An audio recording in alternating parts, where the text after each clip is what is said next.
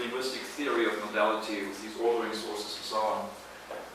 This is in fact, this is really at home for us.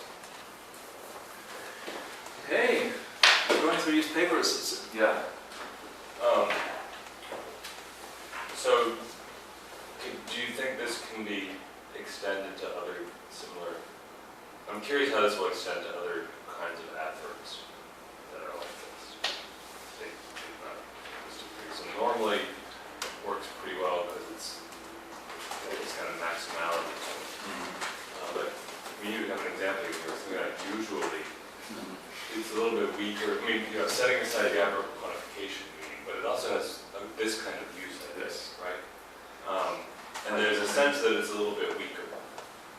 So I'm sort of curious if anybody's talked about how we might handle that, or then thinking of whether some of the time or these other things, that. Inevitably it gets a little vague. I'm sure people come to that.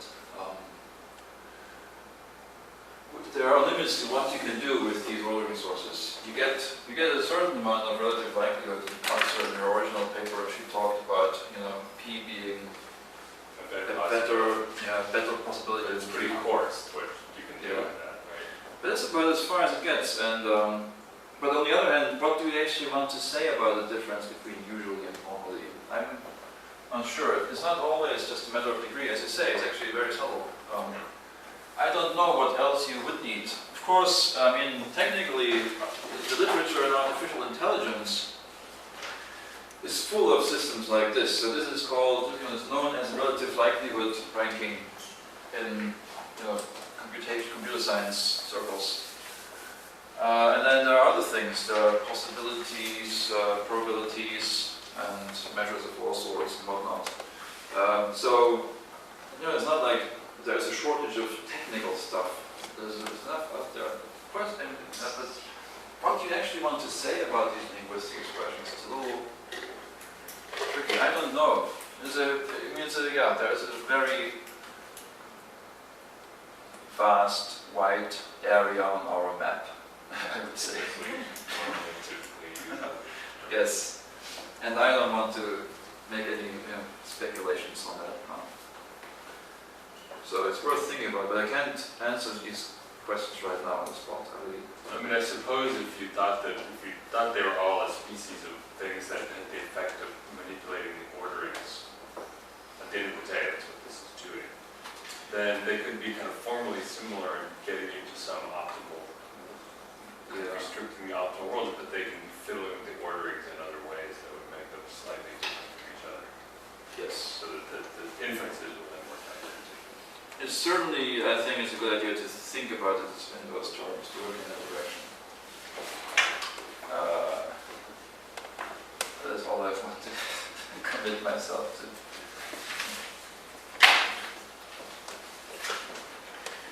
And of course, lots of people think that conditionals have something like, let's say, import. And there, obviously, when you really need something like this, conditionals. I don't really want to go into conditionals unless you ask me to. Because I get carried away when I talk about that. Yes.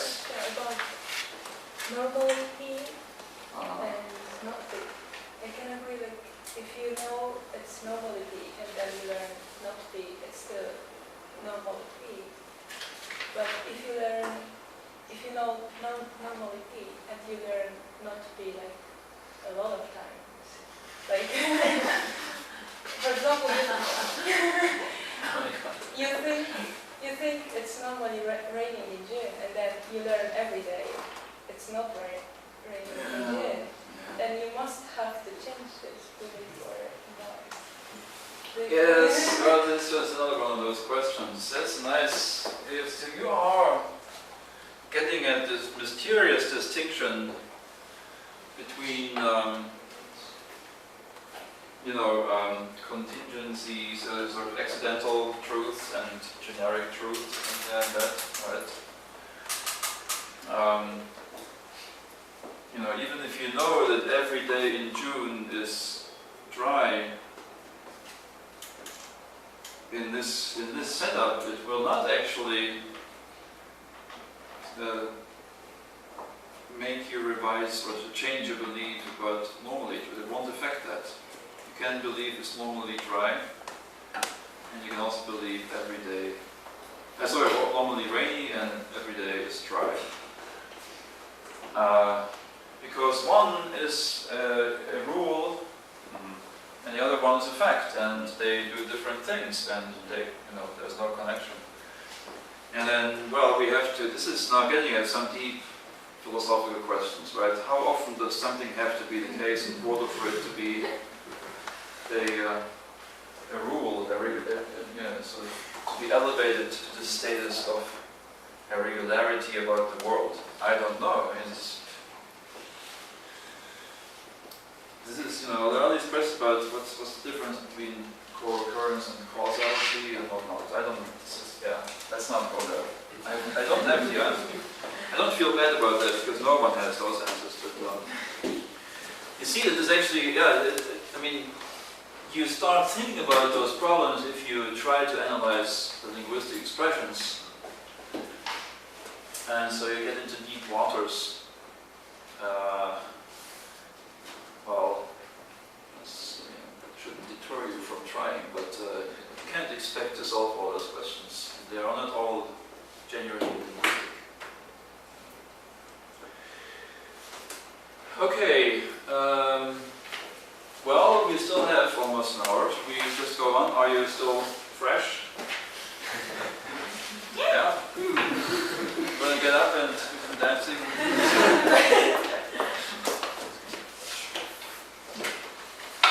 Now, so since we have only slightly, no, actually we don't, we should stop at around 4, I think. Well, I will perhaps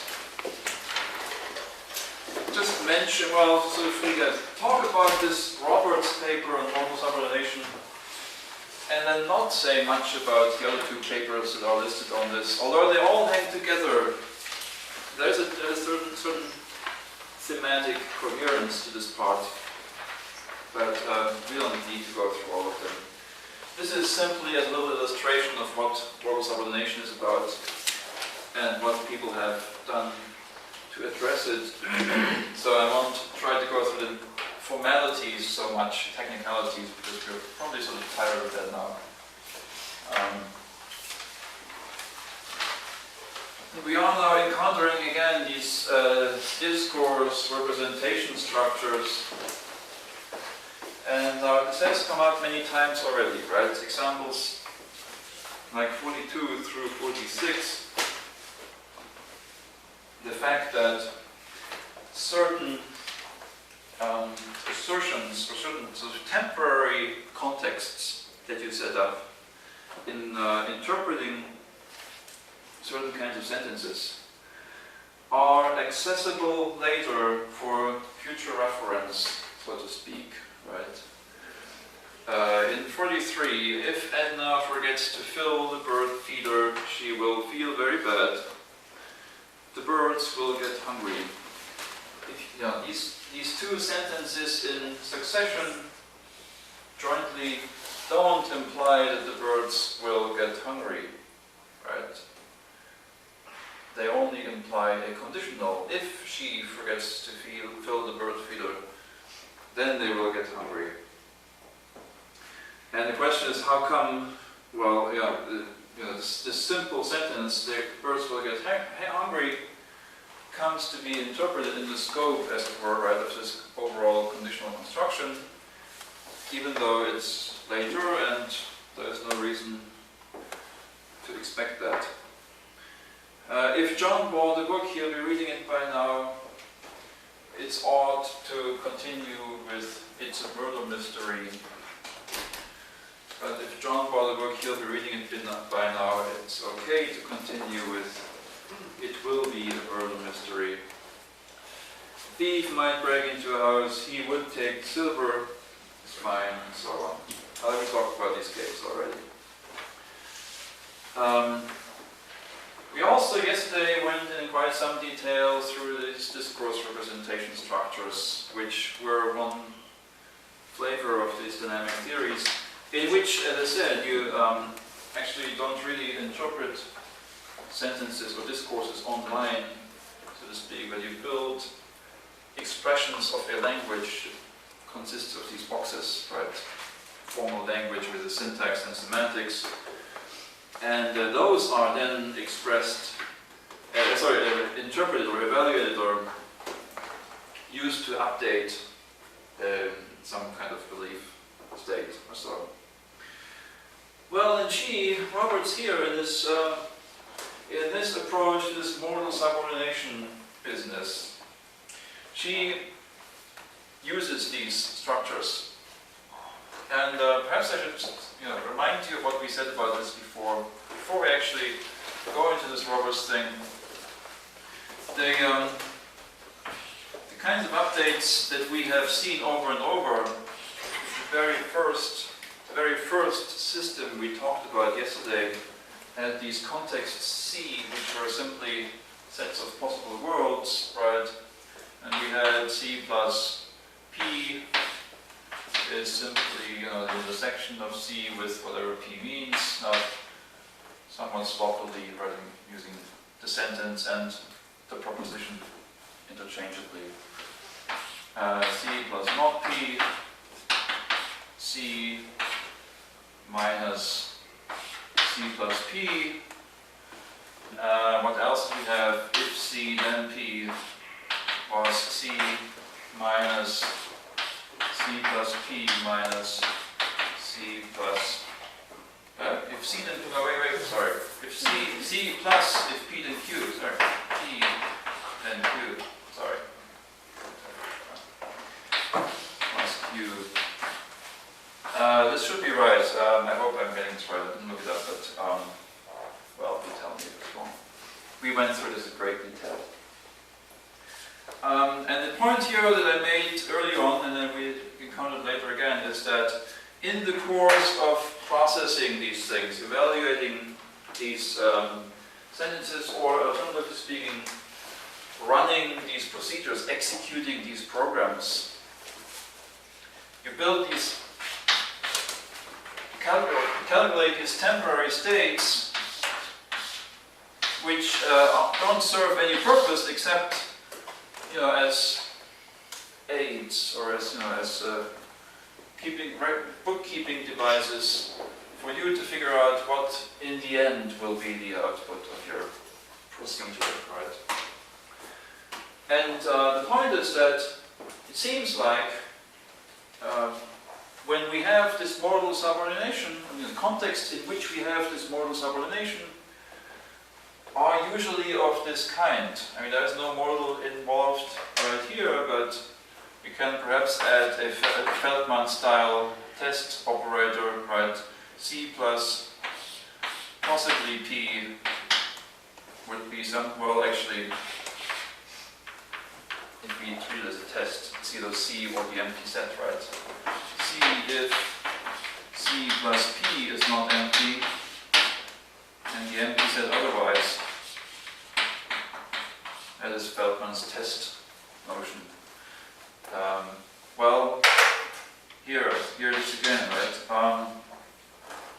And all of these, somehow during the calculation of the output, we set up these states, and it is precisely these cases, or at least most of the time, in which they become available for future reference.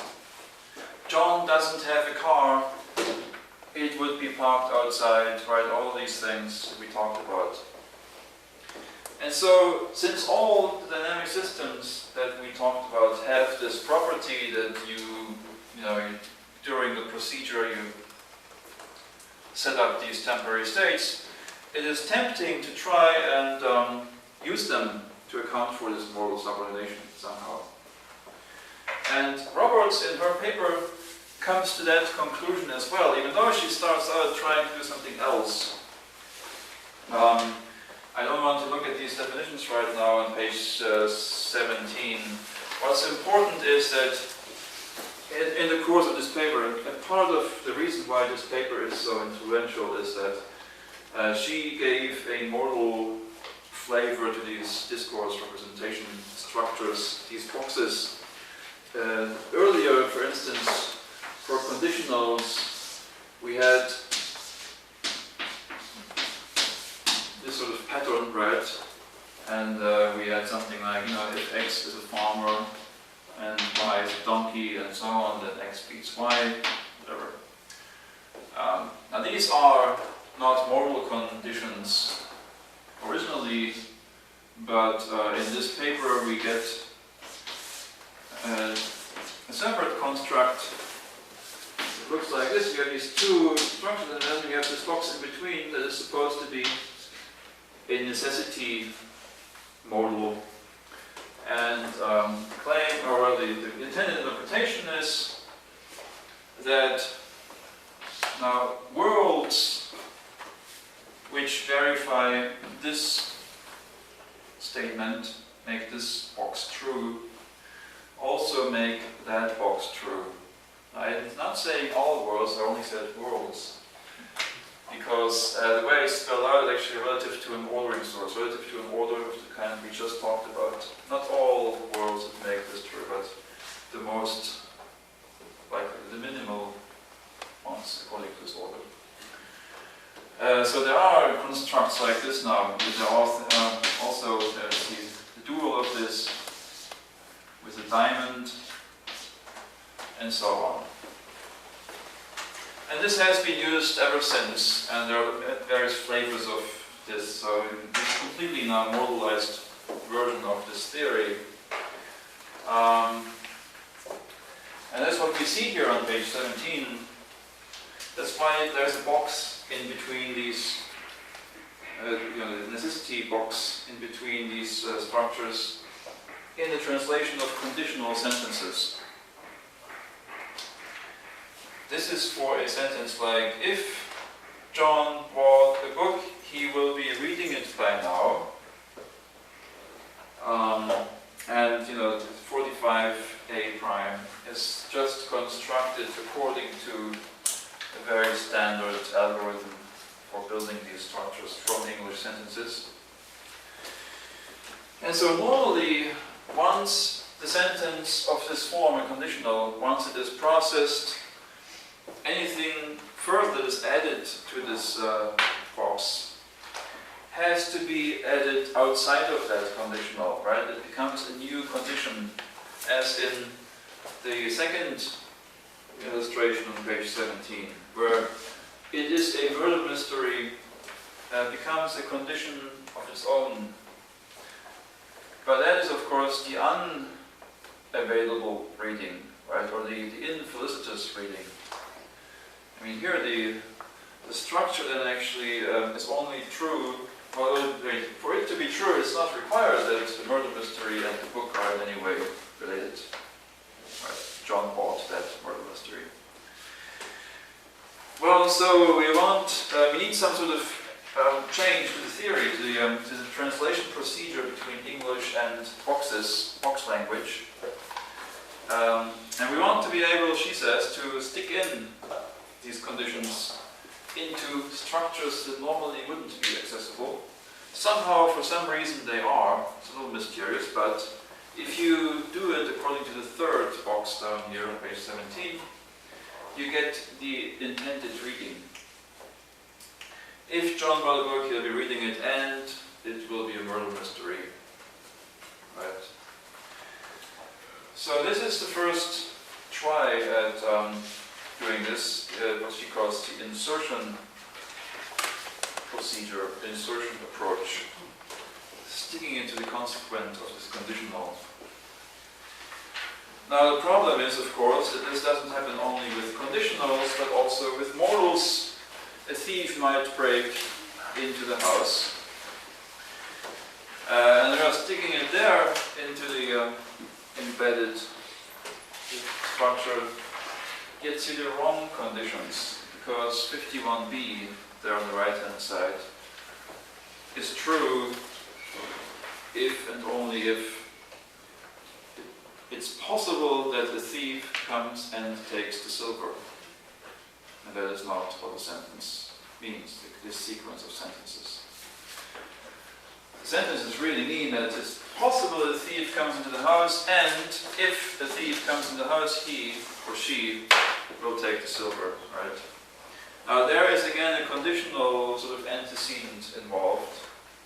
In the former case on the previous page, we had a conditional conveniently, so we could sort of just use that structure. But now we see that we get a conditional meaning even if there is no explicit antecedent involved anywhere. Now Roberts' solution to this is a little bit of a letdown, because she basically says, well, we accommodate the antecedent of this conditional. And appealing to accommodation is always a little tricky because it's such an unconstrained operation that it's hard to rule it out in many cases. So this is here kind of copy and paste approach to these discourse representation structures. Whenever you need an antecedent for a modal, as in 52b, you just take it from the preceding context. And you see that this gives you the right conditions, truth conditions, right constraints. But, you know, I mean, what actually prevents you from just copying wildly around in this thing? There must be some way of restraining this, right? And she doesn't offer anything in that direction. That's the main complaint about this paper people have. So once you have that, she says, well, you always copy this antecedent. Even in the conditional case in 53, you actually get a copy of the antecedent there too. So then this, you know, sticking it into the structure is no longer required, but copying, pasting is.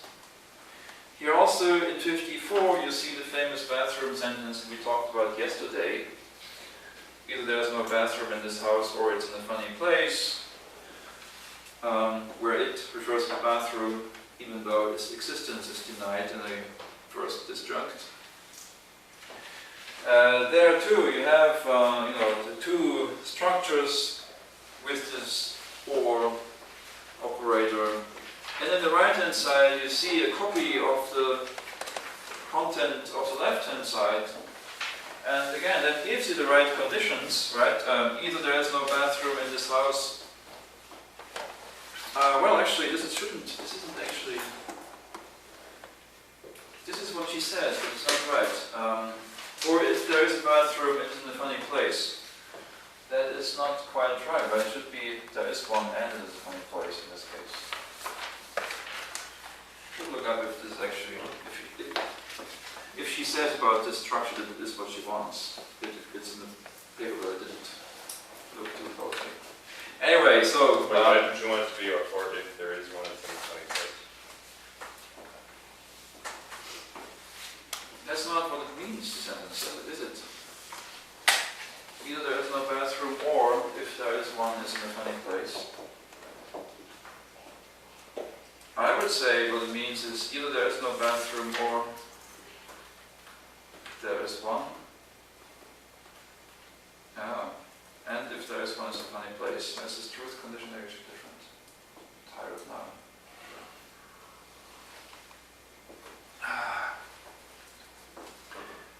Either there is no bathroom, or the logicians.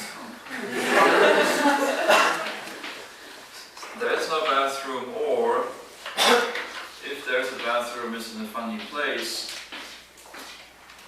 Whereas I say either there is no bathroom, or there is a bathroom, and if there is a bathroom, it's in a funny place. They don't look equivalent to me, but I'm too lazy to go.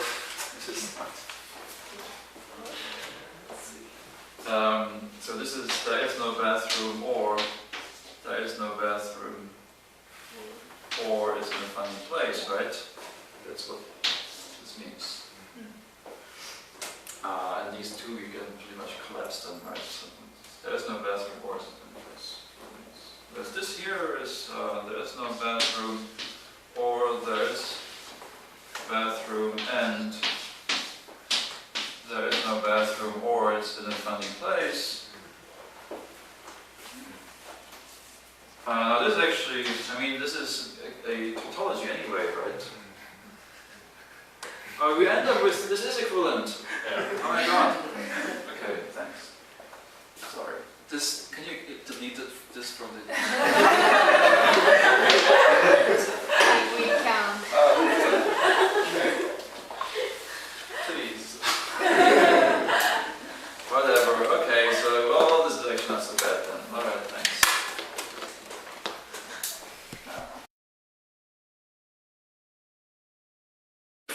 Discourse representation theory, flavors and dialects. At the top of page 19 you can see what someone has come up with as an analysis of the something like the thief example. This is Annette Frank who wrote a very nice annotation, but it gets pretty messy because now you have this kind of superstructure where boxes themselves are referred to with labels, these identifiers. So you know, there's this big box that says we have F, G, and H in here. Those are discourse reference of a special kind, namely they refer to these embedded boxes. Well, perhaps it's not such a bad thing because basically it's these pink guys, right? That's what they are really, these embedded boxes. So they refer to contexts. Okay, but it's still, you know, you end up with a pretty messy affair here where you have these context identifiers floating around and then you establish anaphoric links between them.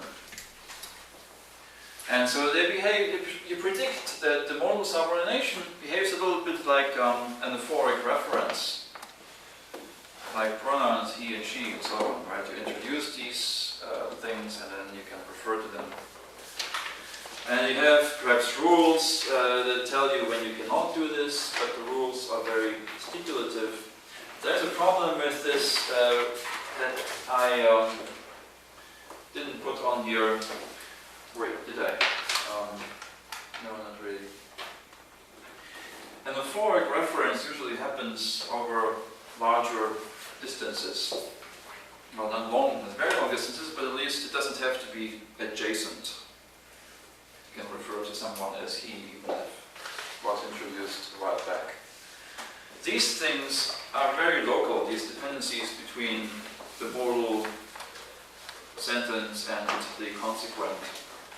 If you say, if John bought the book, he will be home reading it by now. John works at a gas station. It'll be a murder mystery. You're thrown off pretty badly. Right, so it's not really true that you can jump across this gap. Somehow you're out of the context and you cannot get in without saying a little more about, you know, actually bringing in the antecedent. This has been discussed in literature. There's only one kind of exception to this pattern that I am aware of, where the intervening sentence gives an explanation of the former sentence. For example, if John bought a book, he'll be home reading it by now. He likes to stay at home. It'll be a murder mystery. That's not so bad. So there is something about the rhetorical relation. In these cases, where the intervening sentence is an explanation, that's the only case. If anything else intervenes, modal subordination doesn't work. So treating it as anaphoric reference is a little, no, it doesn't quite sit right, I think. And you know, various people think that that's the case. So in this paper that comes up here at Kaufmann 2000, that's well, it's basically where I try to formalize something which incorporates the than intuition. And I, like I said, I don't really want to walk through this formalism because also the paper is sort of old, and I would do it differently now. And yeah, the main idea though is still very much correct, I think, and it's the following. Speaking again in terms of discourse representation structures. Okay, so suppose you have some sort of context in which you want to incorporate a negated sentence, not P. Well, we said that as a result you end up with this thing where there is a P structure and it is negated, something like that, right? Now, if you try to think of this embedding relation between these discourse structures in sort of spatial terms, there is a well, perhaps we can go with these labels for the moment. There is a structure A.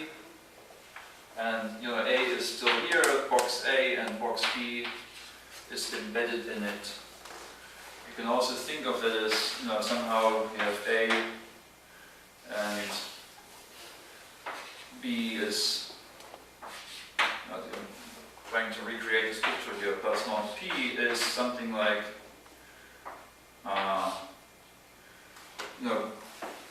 B being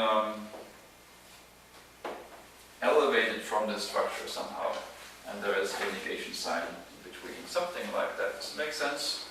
So that these temporary contexts actually create this P context, and it sits there and is used in calculating the output, and it stays around for a while. This is perhaps drawing it in this way, not very illuminating, but so let me tell you how this actually is supposed to work. If you have a context or a belief state that is, let's call it C, right? There's one of these Heimstyle sort of worlds, just a set of worlds, right? So what do you do if you want to interpret a sentence of the form plus P? You create, plus not P, negation, plus not P. You create a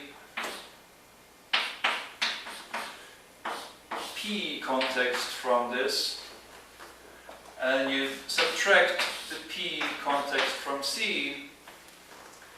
This is what you end up with. This is what you have used along the way to do the calculation. And now suppose you have kind of a meta structure on these belief states.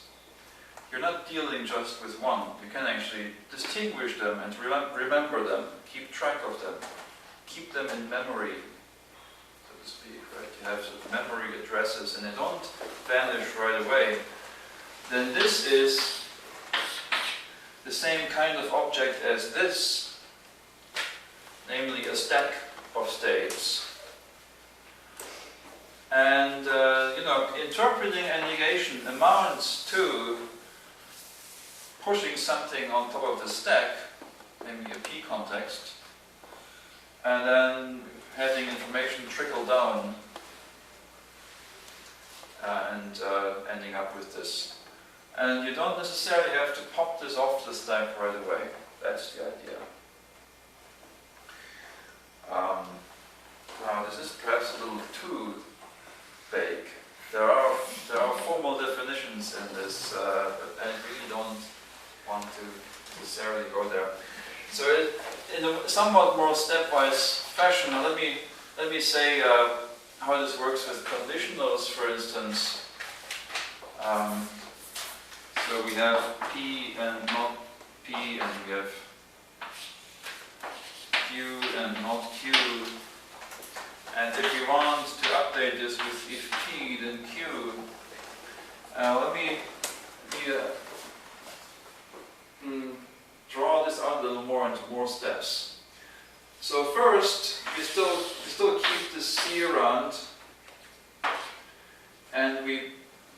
push a P context, an update with P on top, right? These are the P worlds.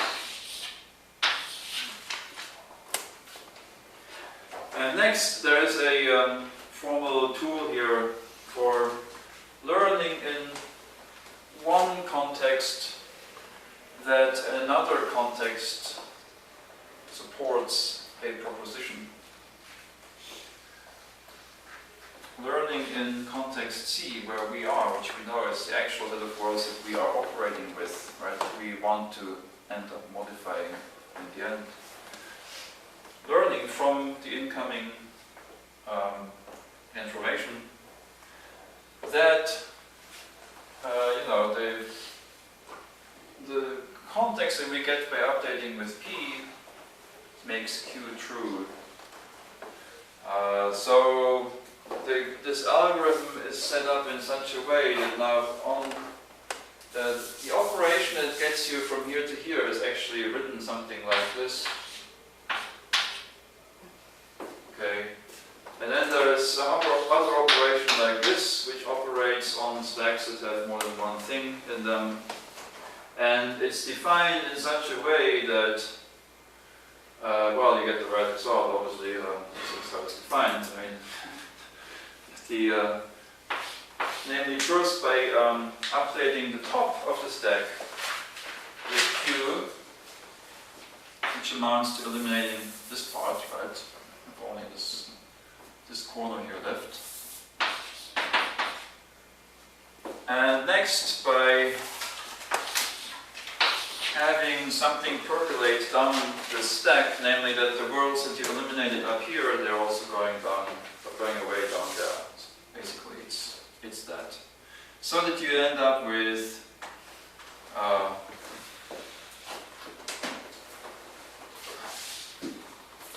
well, just the right set of worlds where the P and not Q worlds have been cut out. Okay. Now this is, yeah. So that there are updates for this. If P then not Q. Negation actually is defined in a similar way. If you want to update with not P, you push this P and then you conclude something like falsehood. This is an impossible proposition, which is, if you update with P, then you crash, and so you learn that this state is empty, and that's how these definitions work. Now, having this as a stack, what does it do to you? Well, there's a certain timeline implicit here, right? That you move along, and you only ever operate on top of the stack, really. You have something sitting at the top which you see and have access to, and you don't necessarily care what's down there, right? You update the context in which the hypothesis holds, the hypothetical state, for example, in which a thief comes into the house.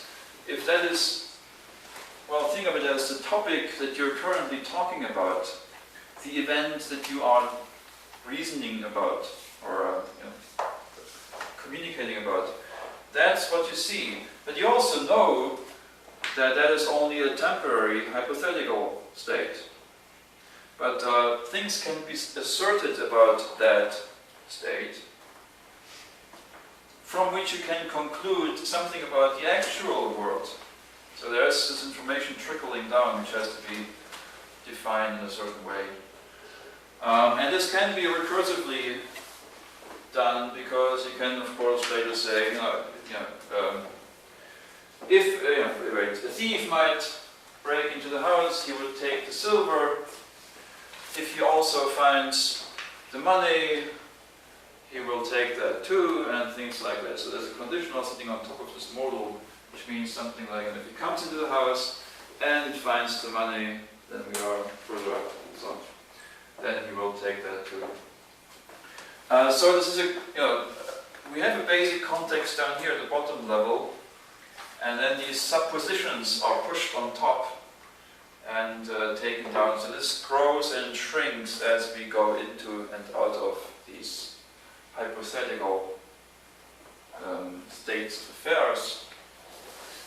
And the nice thing, I think, about this is that it actually predicts that these, in order for this to work, in order for you to later operate, continue with some other proposition, namely that R would also happen if these were true, you actually have to be in this state. Once you update with an indicative, explained, declarative sentence, you remove these, and you end up with this, and you cannot access it anymore like this. So this predicts a very strong locality, right? And in order to revive such a thing later, you have to refer back explicitly.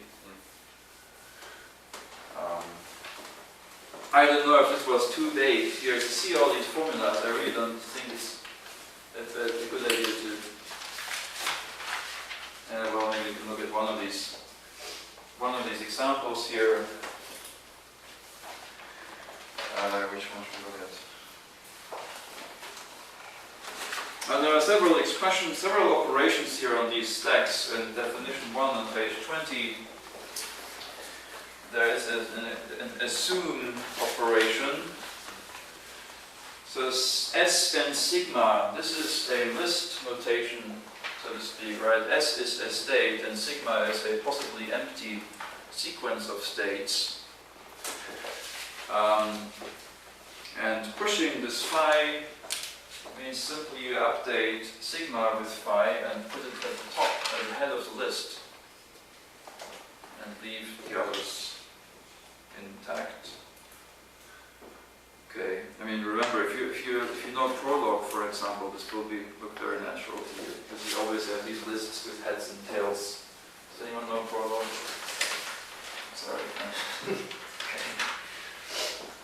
And there's a conclude operation which is defined in a certain way that, basically, what I said intuitively here, basically you learn something about the state, and that knowledge affects what you think the facts are like.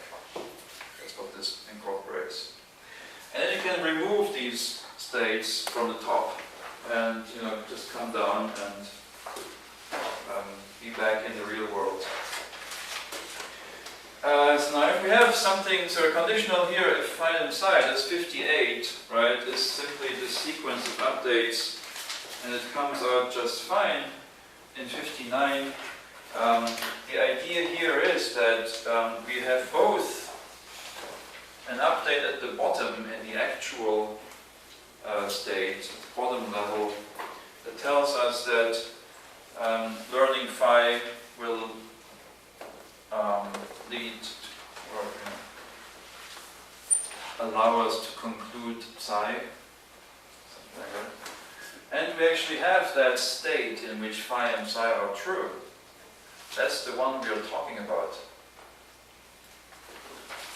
This is something like these conditionals. If Edna forgets to fill the word feeder, she will be unhappy. The birds will get hungry. Because then, you can do this indefinitely. You can add conclusions to this indefinitely, simply by adding sentences that look like the consequent of a conditional, but they don't have an antecedent. Once you have these two states in your stack.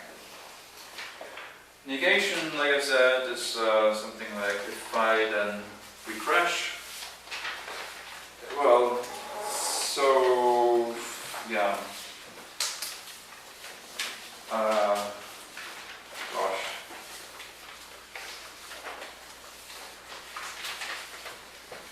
Yeah, well, there's a lot here, isn't there? Should we? Yeah, thanks. I don't know.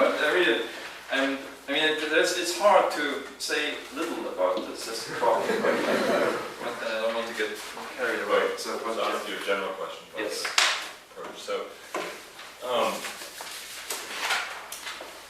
So my question question is whether,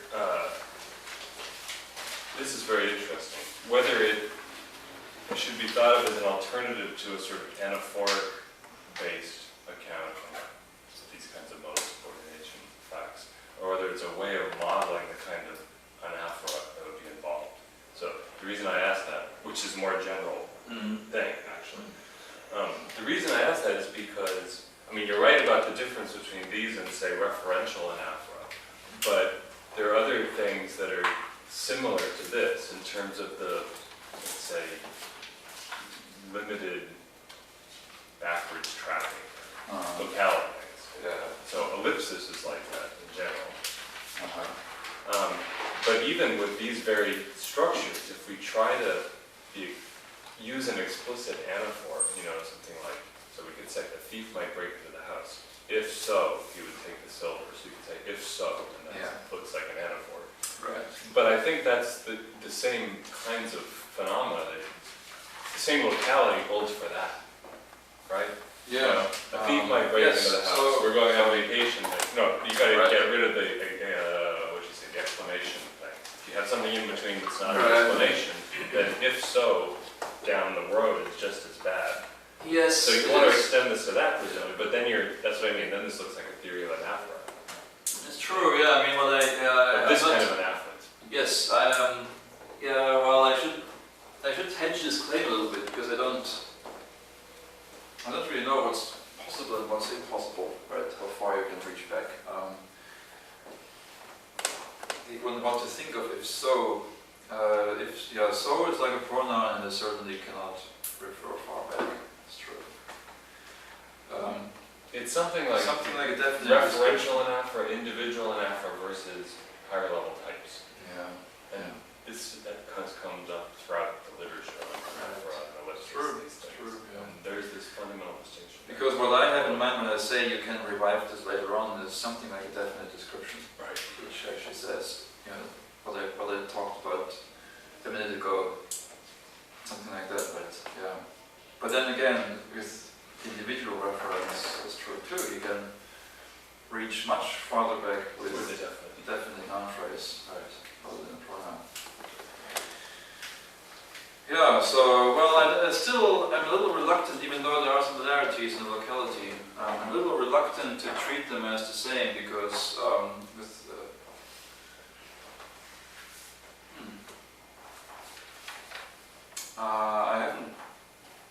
so here you get this conditional interpretation, right? That's actually what this is useful for because, you update the top as if it were just a plain assertion. Right? If this were your state, then you would actually just end up believing that. So it's an update at the top as if you were learning Q, but down here it has the effect of giving you this conditional interpretation. Now I was just about to say that with pronouns you don't have that. Well, I guess it's true, you don't have that with pronouns. Yeah. So it's not the same. No, that's the point in a sense. So you're carving out something here that could be elaborated on to say what's different about referential anaphora versus these other higher things that are working at, let's just say, propositional in this case, but maybe also properties like that are relevant for ellipsis. I have not tried to say something substantial about that connection, but it's important. Yes. I agree. It's interesting.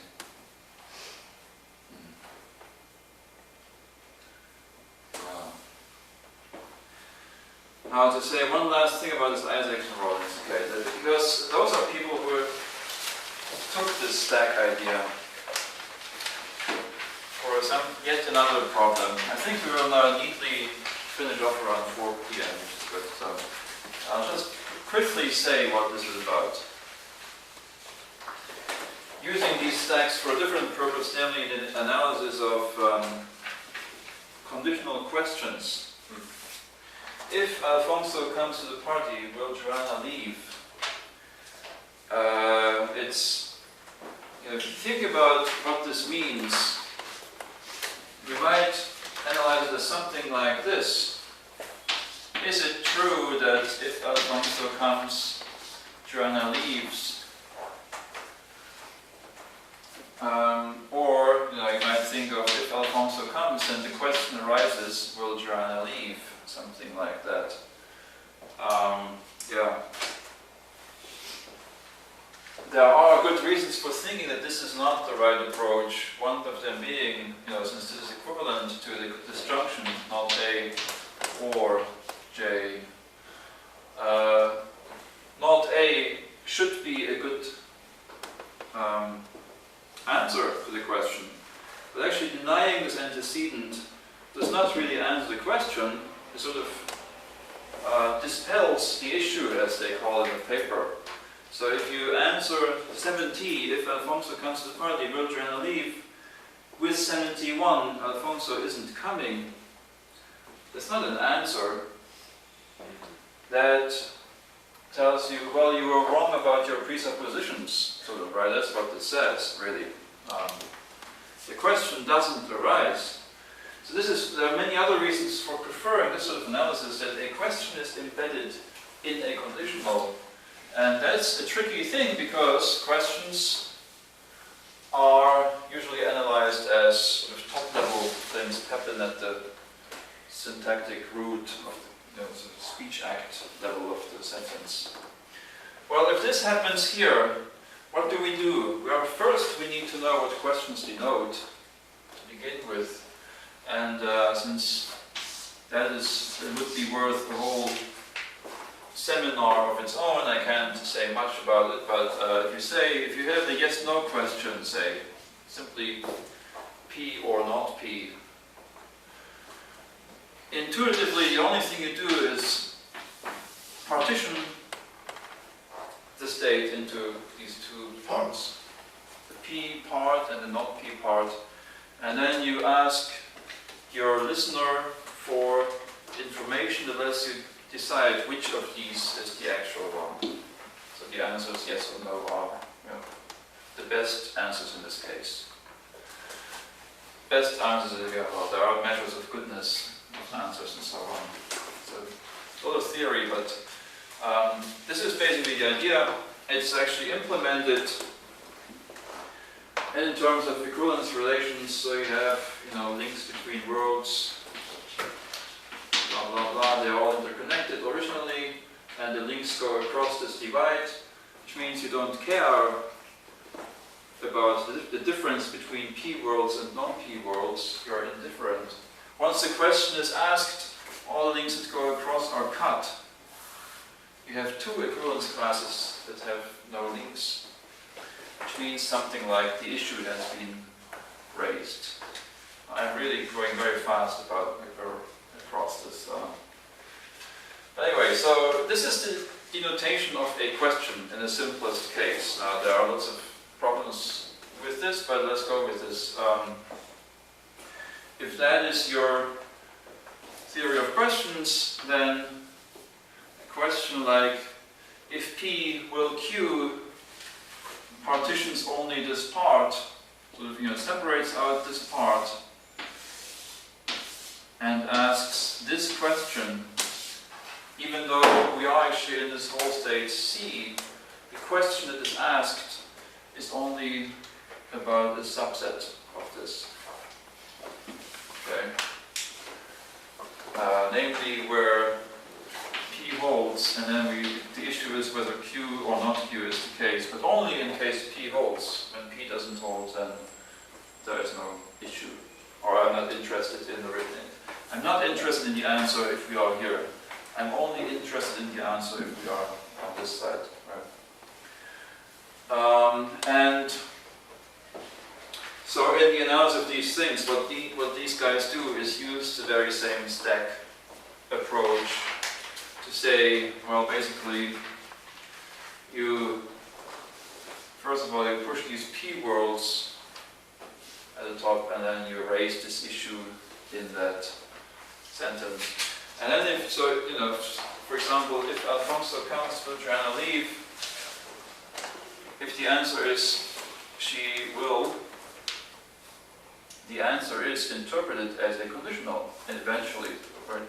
The knowledge you gain from this answer is the same knowledge that you would gain from an assertion of, if Alfonso comes, she will leave. So it all works out very nicely, especially this fact that these antecedent-less answers that have no antecedent are nevertheless interpreted as conditionals in this framework.